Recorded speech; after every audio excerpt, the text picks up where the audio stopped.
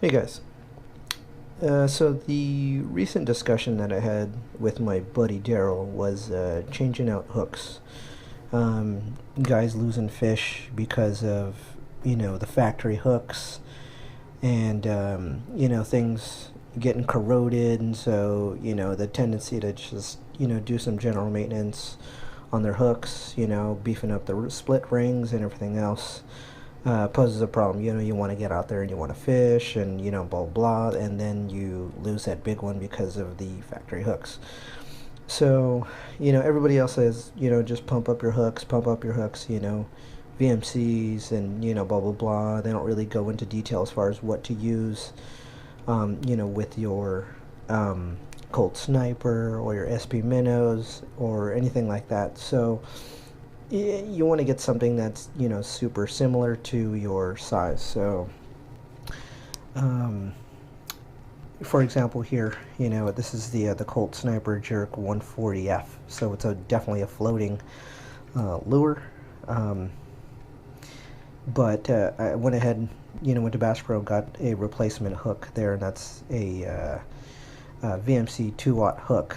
So, I went out recently yesterday, and didn't seem like I was getting the right action out of the factory hooks. Like something, it just wasn't swimming right. So I went ahead and filled the bathtub up. I got my little stick here, leader, and as predicted here, it wasn't swimming right. So I went ahead and filled up the tub, and this happened.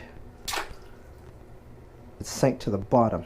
Now keep in mind, this is a Colt Sniper floating lure, and it just sank to the bottom. So no dice. So I made this little stick, with a makeshift leader, something similar to what I would use out there, and swam it around, and just doesn't swim the same. It's slow, it doesn't dive. I mean, you got to get a lot of speed to get it to do the normal action. So like I said, of course there's an internal weight in here. As soon as you throw it, boom, and just go straight to the bottom. So that was the problem. I'm gonna go ahead and switch out these hooks and back to the factory hooks, and let's see what happens. I mean, some people change just the belly hook, or they just change the tail hook. So my prediction is I'm gonna go ahead and change them both, and I want to see and compare the difference between the two.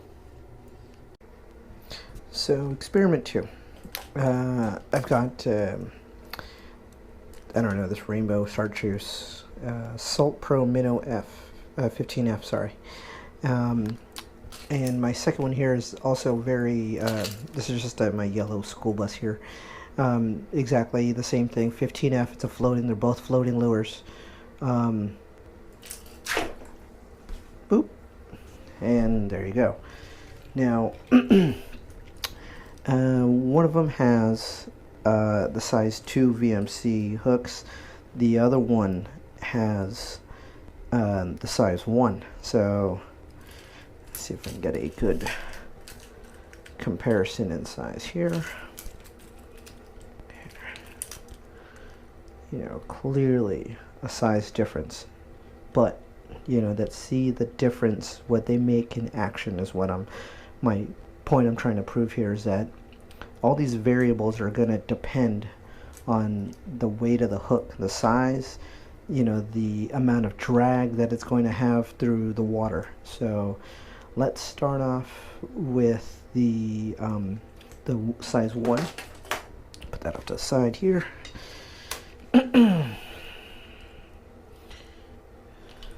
Ow, that sucked. Why am I locking this? Okay, whatever. Okay, drop, little tug.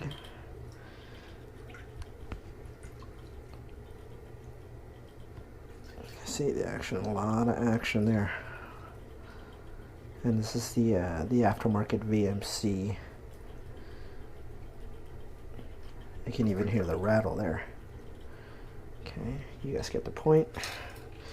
Let's go ahead and change this bad boy out. That was the size 1.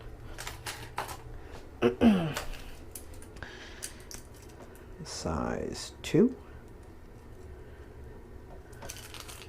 With the big ass hooks. Okay, give it a bloop. Move the internal weight back there.